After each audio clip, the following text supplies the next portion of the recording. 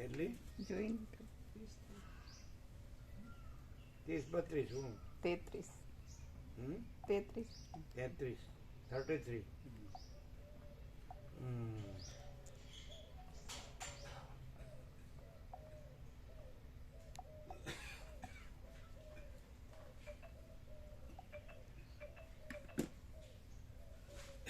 શું છે ચિત્ર બોલો.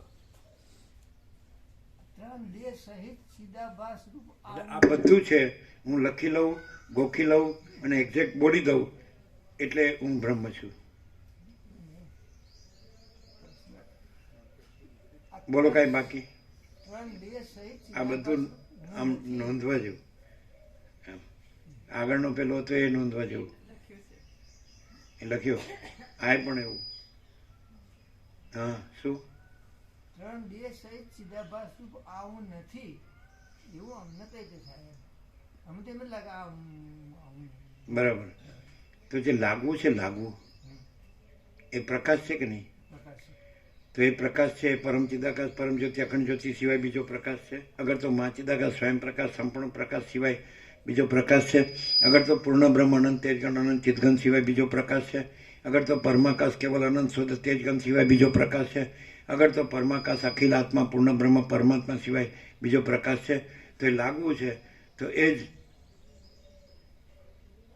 જ તમે જે શબ્દ વાપરવો હોય, તમે બ્રહ્મ શબ્દ પસંદ હોય તો પૂર્ણ બ્રહ્મ અનંત તેજગન અનંત ચિદગન જ એ લાગવું છે. અને એ લાગવું છે એ પૂર્ણ બ્રહ્મ અનંત તેજગન અનંત ચિદગનમાં હું આ દેહ છું, મારું મન છે, કે હું આ જીવ છું, કે હું સાક્ષી છું, એ કશું છે જ નહીં. એમાં ભાગભેદ છે જ નહીં. સજાતીય વિજાતીય સ્વગત ભેદ છે જ નહીં. સમષ્ટિ વ્યષ્ટિ અજ્ઞાન આભાસ અજ્ઞાનના ભેદ છે જ નહીં. કંઈ છે જ નહીં. પૂર્ણ બ્રહ્મ અનંત તેજગન અનંત ચિદગન. તો એ લાગવું છે એ છે. આ હું છે એ હું નથી. એ હું નથી. એ નથી. એ હું નથી.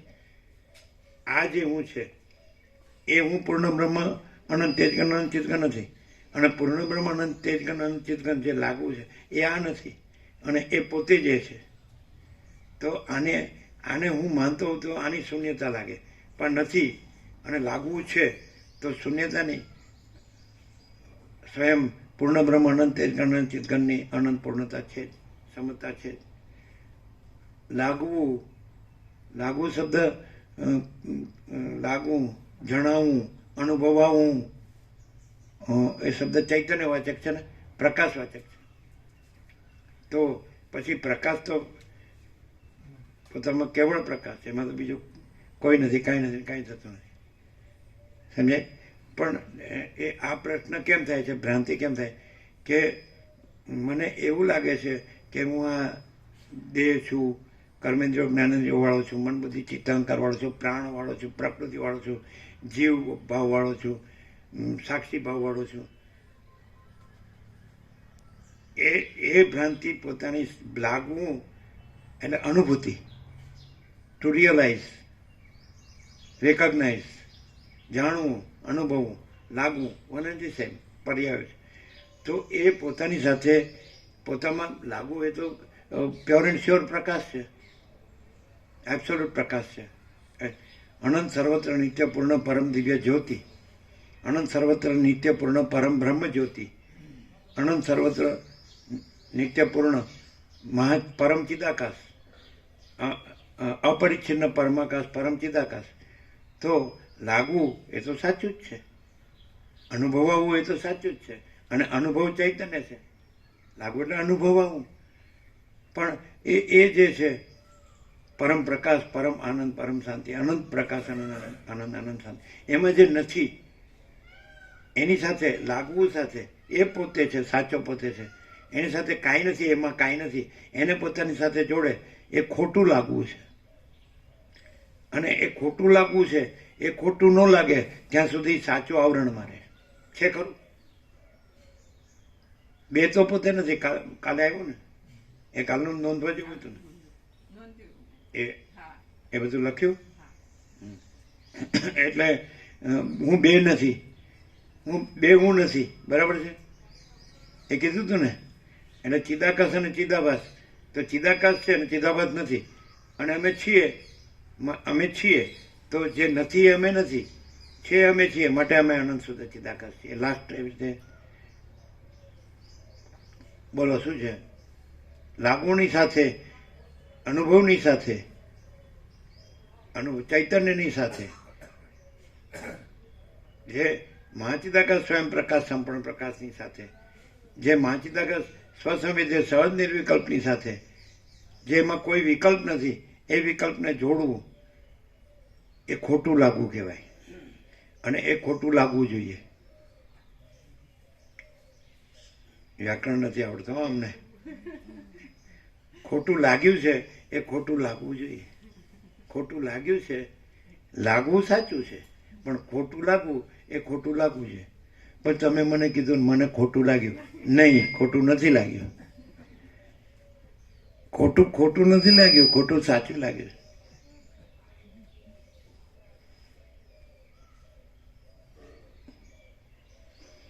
મેને મારી રામપ્રભુ પૂછે કે તમે મારા પતિ પરમેશ્વર નહીં?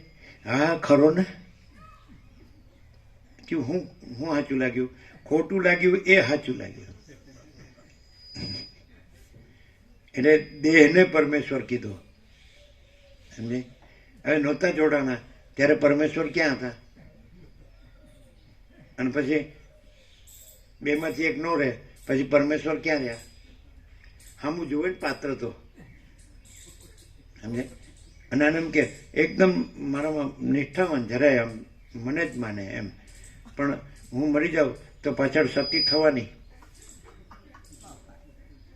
સતો મરી જાય એટલે પેલી પાછળ અત્યારે સતી થાય. હવે એ તો એમનું જે થવાનું થઈ ગયું, પણ બધું સારું કરી ગયા છે.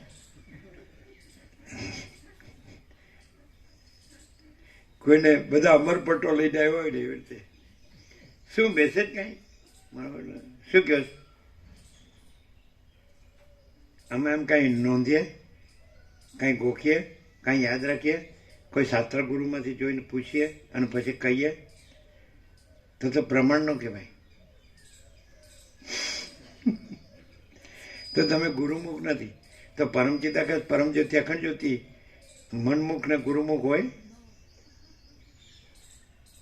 ગુરુમુખ કોણ હોય? જે લઘુતા ગ્રંથિ વાળો જીવભાવ વાળો હોય, દેહભાવ વાળો હોય, મન સંકલ્પ ભાવ વાળો હોય, દ્રષ્ટાદ્રશ્ય ભાવ વાળો હોય, જે કાંઈ નથી એ અજ્ઞાનના આભાસ ભાવ વાળો હોય, તો એને એ ગુરુમુખ થાય.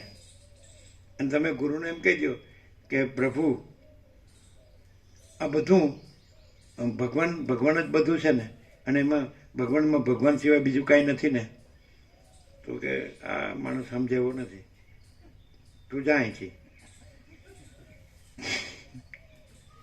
કે આના ગુરુ ન થવાય નહીં. પણ હાવ લઘુતા ગ્રંથિ વાળું હોય ને, અને એમાં પછી બધી વાસનાઓ હોય, આસક્તિ હોય, રાગ ને મોહ બધું હોય ને, મિથ્યા કલ્પનાઓ મિથ્યા ભ્રાંતિઓ. સમજાય? એટલે કે કોઈ આત્મ સાક્ષાત્કારી, ઈશ્વર સાક્ષાત્કારી, શ્રોત્રિય બ્રહ્મનિષ્ઠ, કોઈ સમ્યક પ્રબુદ્ધ, કોઈ સિદ્ધ હોય ને, એને ગુરુ કરીને હું પામી લઉં પરમાત્માને. પેલો પામ્યો હોય, આ ક્યાંથી પામે? જો પેલો પામ્યો હોય તો એ ગુરુ થાય નહીં. ગુરુ થાય એટલે ચિદાભાસમાં આવ્યો, અને એને ઈશ્વરને માનવું જ પડે. એટલે એને ખબર ન હોય કે સમષ્ટિ ચિદાભાસ નથી, પછી હું તો ક્યાંથી હોઉં? ગુરુને જ ખબર ન હોય. તમે ગુરુ થાવ એટલે તમને ખબર પડશે. આ તમને શું ખબર પડશે ખબર છે? ને આગળ હામું મહાચિદાકાશ સ્વામીને ઊભું રહેશે, હું ચાલુ કર્યું છે.